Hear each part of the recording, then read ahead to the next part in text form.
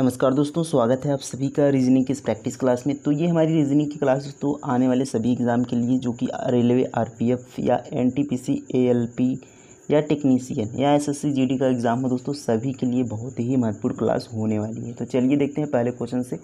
Question को दोस्तों आपको रोक कर खुद से सॉल्व करना है, उसके बाद वीडियो को देखना है। देखिए यहाँ पर पहला क्वेश्चन है कि उस विकल्प का चयन करें जो तीसरे शब्द से उसी प्रकार संबंधित है जैसे दूसरा पहले से है। यानी ये जो दूसरा शब्द है ये जिस प्रकार इससे संबंधित है तो उसी प्रकार से इससे संबंधित यहाँ पर कौन सा शब्द आएगा, इसको हमें बताना है। अब अगर देखें हम कि मधुमक्खी का छत्ते से संबंध है, यानी तो यहाँ पर समझ में आ रहा है दोस्तों, मधुमक्खी का जो रहने का स्थान होता है वह छत्ता होता है, यानी छत्ते में मधुमक्खियाँ रहती हैं। उसी तरीके से जो कुत्ता का रहने का स्थान होता है, कुत्ते जहाँ पर रहते हैं उसे क्या कहते हैं, तो केनल, कलम, अस्तबल या फिर झोपड़ा, तो उसे केनल कहते हैं। ऑप्शन नंबर ए इसका राइट आंसर हो जाएगा। मधुमक्खी छत्ते में रहती हैं और कुत्ता कहाँ पर रहता है, केनल, यानी उसे केनल कहते हैं। ये आप ध्यान रखेंगे। तो आसान सा क्वेश्चन था। नेक्स्ट क्वेश्चन देखेंगे। अब देखिए दोस्तों, ये हमारा क्वेश्चन हर एग्ज़ाम में पूछा जाता है। आप कोई सा भी एग्ज़ाम देंगे तो कथन निष्कर्ष का क्वेश्चन हर एग्ज़ाम में पूछा जाता है। तो कैसे इसे सॉल्व करते हैं, देखिए कह रहा है कि सभी सेब क्या हैं, संतरे हैं। तो यहाँ पर हम बना लेते हैं सभी सेब संतरे हैं। तो यहाँ पर हम देखिए ये हमारा जो सर्कल हमने बनाया है, यहाँ पर ये जो वृत्त बनाया है ये यहाँ पर सेब को निरूपित करता है, यानी सेब को दर्शाता है। किसको, सेब को।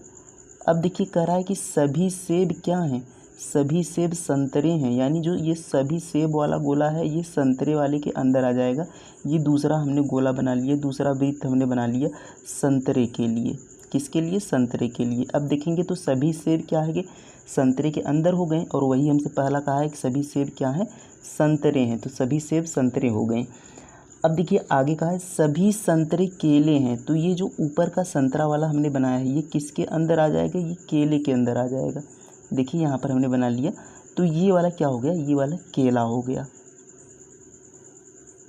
अब इस तरीके से हमारा कथन यहाँ पर बन गया दोस्तों। सभी सेब संतरे हैं, सभी सेब संतरे के अंदर हो गए, और सभी संतरे केले हैं, यानी सभी संतरे केले के अंदर हो गए। अब हम चलेंगे, ये हमारा डायग्राम बन गया। अब हम चलेंगे दोस्तों निष्कर्ष पर। तो यहाँ पर देखेंगे कि निष्कर्ष में क्या लिखा गया है।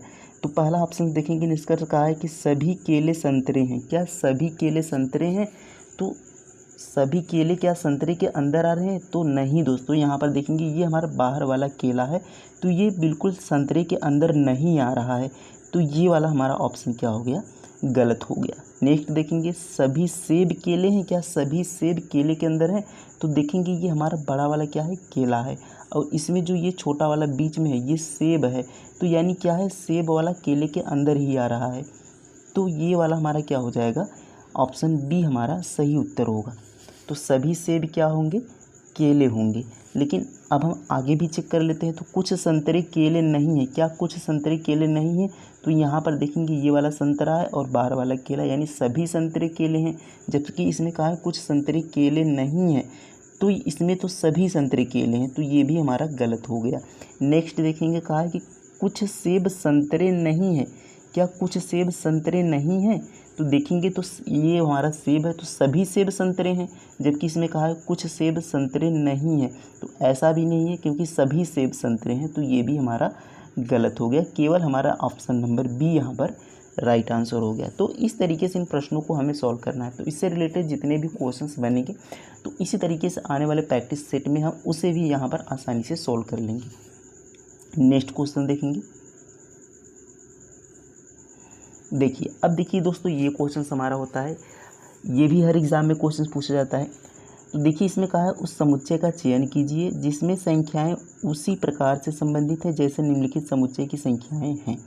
तो जिस तरीके से इन संख्याओं का आपस में संबंध है वही संबंध हमें बताना है कि इसमें से कौन सा विकल्प ऑप्शन वाले में से इसमें से सही होगा, यानी कौन सा विकल्प इनसे संबंध रखता है। तो देखते हैं कैसे सॉल्व करते हैं। देखिए ऐसे प्रश्न में सबसे पहले हम बड़े नंबर्स को देखेंगे, बड़े नंबर्स किस साइड है। तो देखिए यहाँ पर बीच में क्या है, बड़ा नंबर्स है, और इसमें भी बीच में बड़े नंबर्स हैं। तो अब यहाँ पर हमें एक चीज़ समझ में आना चाहिए दोस्तों कि इन छोटे नंबर्स की मदद से हमें इस बड़े नंबर्स को लाना होगा। इन छोटे नंबर्स की मदद से बड़े नंबर्स को लाना है। तो कैसे हम ला सकते हैं, देखते हैं किस तरीके से हम लाएंगे इन्हें।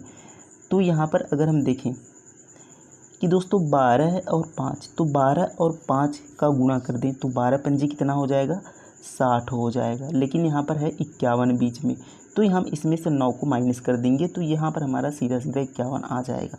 अब यही तरीका दूसरे में भी फॉलो होना चाहिए। तो हमने क्या किया था, गुणा किया था, तो 8 दूना 16, इसमें भी गुणा कर देते हैं 16। अब 16 में से दोस्तों जो इसमें माइनस हमने 9 किया तो यहाँ पर भी -9 करेंगे, तो 16 में से -9 करेंगे तो और कम आ जाएगा, जबकि यहाँ पर हमें 30 लाना है। यानी ये तरीका हमारा सही नहीं है। ध्यान रखेंगे जो तरीका एक में लगना चाहिए वही तरीका दूसरे में भी लगना चाहिए, सेम तरीका। तो ये तरीका हमारा गलत है। तो हम और कोई तरीका यहाँ पर चेक करते हैं। तो हम क्या कर सकते हैं, 12 और 5 को जोड़ सकते हैं। 12 5 कितना हो जाएगा, 17 हो जाएगा। अब हम 17 का कितना गुणा करें कि 51 हो जाएगा, तो आप कहेंगे 17 का गुणा 3 कर देते हैं तो कितना हो जाएगा, 17 3 51 हो जाएगा। तो सेम तरीका आगे में भी फॉलो होना चाहिए। तो 8 और 2 को हम जोड़ सकते हैं, तो 8 2 10 हो गया। इसमें 3 का गुणा किया था तो इसमें भी 3 का गुणा कर लेते हैं, तो 10 3 कितना हो गया, 30 हो गया। तो यहाँ पर देखेंगे 51, यहाँ पर भी 51 आ गया, यहाँ पर 30 और यहाँ बीच में संख्या 30 है। तो यहाँ पर जो हमारा तरीका ये फॉलो कर रहा है, यानी हमें दोनों संख्याओं को जोड़कर 3 से गुणा करना है। तो ये तरीका हमें चेक करना है। दोनों संख्याओं को जोड़ेंगे, 3 से गुणा करेंगे। दोनों संख्याओं को जोड़ देते हैं तो 16 और 14 कितना हो जाएगा, 16 4 20 हो जाएगा और 10 कितना हो जाएगा, 30 हो जाएगा। 30 में 3 का गुणा करेंगे, 3 त्रिका 90 बनेगा, 30 तिहाई 90। यहाँ पर 120 है, ऑप्शन ए हमारा नहीं होगा। बी चेक करते हैं तो 19 और 3 कितना हो जाएगा दोस्तों, तो 19 और 3 22 हो जाएगा। तो 22 दूना 44, 22 तियाँ 66 होता है। तो बी वाला भी यहाँ पर हमारा ऑप्शन नहीं होगा, क्योंकि दोनों संख्याओं को जोड़कर बीच वाली संख्या हमें लानी है 3 से गुणा करके। तो 13 7 20 होगा और बीच में 10 है, तो 20 तिहाई 60 होगा। यहाँ पर 10 है, ये भी नहीं होगा। थर्ड देखेंगे तो 11 और 6 को जोड़ेंगे तो 11 6 कितना हो जाएगा, तो आप कहेंगे 17 हो जाएगा। 17 में 3 से गुणा करेंगे तो 17 तियाँ 51 यहाँ पर बन रहा है। तो ऑप्शन नंबर डी ही हमारा क्या हो जाएगा, राइट आंसर हो जाएगा। यानी यही इस तरीके से यहाँ पर फॉलो कर रहा है। तो उम्मीद है आप सभी को ये समझ में आया होगा। नेक्स्ट क्वेश्चन देखेंगे। देखिए अगला क्वेश्चन यहाँ पर है दोस्तों कि दी गई श्रृंखला में प्रश्नवाचक चिन्ह को भरिए। अब देखिए यहाँ पर ये सीरीज चल रहा है। अब इससे प्रश्नवाचक चिन्ह के स्थान पर क्या आ सकता है, तो वीडियो को रोकें, खुद से सॉल्व करेंगे, फिर उसके बाद यहाँ पर वीडियो को आप लोग देखेंगे। देखिए और आपको बता दें दोस्तों, ये सारे प्रश्न जो हम यहाँ पर कर रहे हैं ये सभी प्रीवियस ईयर एग्जाम में क्वेश्चंस आए हुए हैं, चाहे रेलवे एएलपी टेक्नीशियन या आरपीएफ एनटीपीसी, इन सभी के प्रश्न यहाँ पर हम सॉल्व करते हैं। देखिए यल से यहाँ पर दोस्तों देखेंगे एक एक यहाँ पर लेटर्स को लेंगे, तो यल से एन हो गया, एन से पी हो गया, पी से यहाँ पर क्या होना चाहिए और वहीं से टी यहाँ पर बना। एक एक यहाँ पर लेटर्स को लेंगे। तो एल का प्लेस वैल्यू आपको याद होना चाहिए। प्लेस वैल्यू का मतलब दोस्तों इनका अल्फ़ाबेट यानी ABCD में इनका स्थान किस नंबर पर आता है। तो एल हमारा आता है दोस्तों 12वें नंबर पर, एल हमारा आता है 12वें नंबर पर और एन हमारा आता है 14वें नंबर पर। तो 12 से 14 पर जाने के लिए +2 करना पड़ेगा। अब एन हमारा होता है 14 पर, पी हमारा 16 पर होता है, तो 14 से 16 पर जाने के लिए +2 करना पड़ेगा। पी होता है 16 पर, यानी यहाँ +2 यहाँ +2, तो पी होता है 16 पर, तो 16 में +2 करेंगे दोस्तों कितना आ जाएगा, 16 2 18, यानी पहला लेटर हमारा आर होना चाहिए यहाँ पर। अब आगे बढ़ते हैं तो आर यहाँ पर 18 हो गया, 18 में 2 जोड़ेंगे तो 20, यानी टी होना चाहिए, तो यहाँ पर देखेंगे टी है, यानी यहाँ पर आर हमारा लेटर सही आया है। यहाँ पर भी +2 करेंगे तो 18 2 20 होना चाहिए, 20 पर आता है हमारा टी। अब हम चलेंगे नेक्स्ट लेटर पर, अगले लेटर पर चलते हैं। देखिए यहाँ पर ए है तो ए से डी पर जाना है, तो ए होता है 1 पर, डी होता है 4 पर, तो 1 से 4 पर जाने के लिए +3 करना पड़ेगा। आगे चलते हैं तो डी से यहाँ पर देखेंगे दोस्तों जी पर जाना है, तो डी होता है 4 पर और जी का होता है 7, तो 7 पर यहाँ पर डी जी +3 करना पड़ेगा 7 पर जाने के लिए 4 से। जी का 7 कैसे याद रख सकते हैं, G7 से याद रख सकते हैं, G7 से, यानी जी का 7 पर होता है। अब देखिए यहाँ पर आगे देखते हैं तो जी से यहाँ पर हम आगे भी +3 करेंगे तो कितना आ जाएगा दोस्तों, 7 होता है जी का, तो +3 करेंगे तो 7 3 10 हो जाएगा, 10 पर आता है जे, आर जे। अब देखिए यहाँ पर हम क्वेश्चंस को देखिए जे में कितना जोड़ेंगे, 3 जोड़ेंगे, जे में 3 जोड़ेंगे तो 13 आ जाएगा, 13 पर यम। अब हमने यहाँ पर देखिए 2 सॉल्व कर लिया।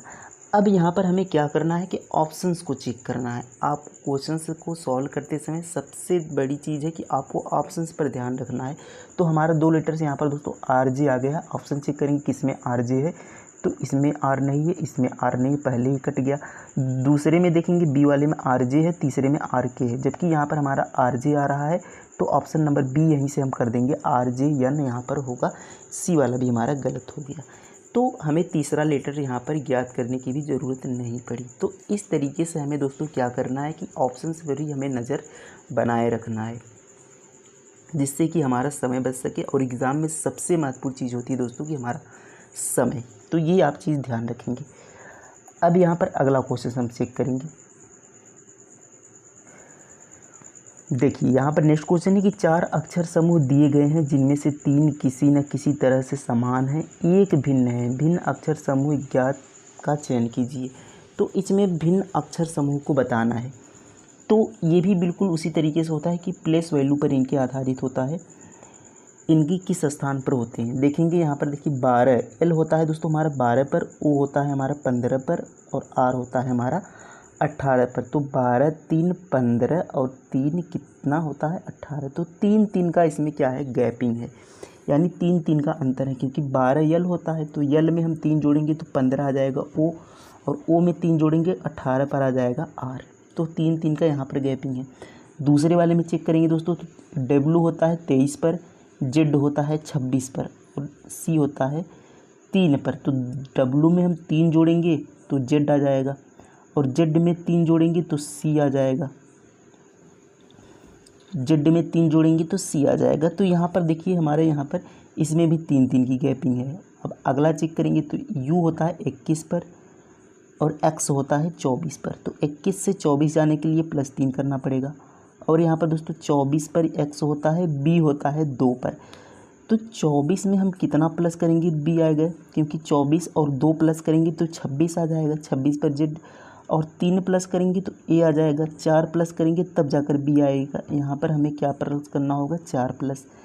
और डी वाले में देखेंगे तो 5 और 3 प्लस करेंगे 8 हो जाएगा, 8 3 11, यानी इसमें भी +3 करना पड़ेगा। तो इनमें से अलग कौन सा है, ये आप ध्यान देंगे कि इनमें से अलग कौन सा है। तो अलग दोस्तों ऑप्शन नंबर सी वाला है, क्योंकि सभी में +3 हुआ है, इसमें +3 और +4 हुआ है। तो सी हमारे यहाँ पर अलग है, और यही हमारा आंसर हो जाएगा। तो इस तरीके से हमें प्रश्नों को सॉल्व करना है। तो इसी तरीके से दोस्तों सारे इंपॉर्टेंट टाइप्स के जो क्वेश्चंस एग्जाम में पूछे जाते हैं वो हम यहाँ पर प्रैक्टिस सेट के द्वारा सॉल्व करेंगे। तो आप किसी भी एग्ज़ाम की तैयारी कर रहे हो इस वीडियो को रोज़ ज़रूर देखें, और सारे यहाँ पर दोस्तों आपके डाउट क्लियर हो जाएंगे। और जो भी डाउट बचे कमेंट में ज़रूर लिखेंगे। तो उम्मीद है ये क्लास आपको अच्छे समझ में आई होगी। तो कमेंट में अपना यहाँ पर ज़रूर लिखेंगे कैसी क्लास लगी। मिलते हैं नेक्स्ट वीडियो में। थैंक यू, धन्यवाद, जय हिंद।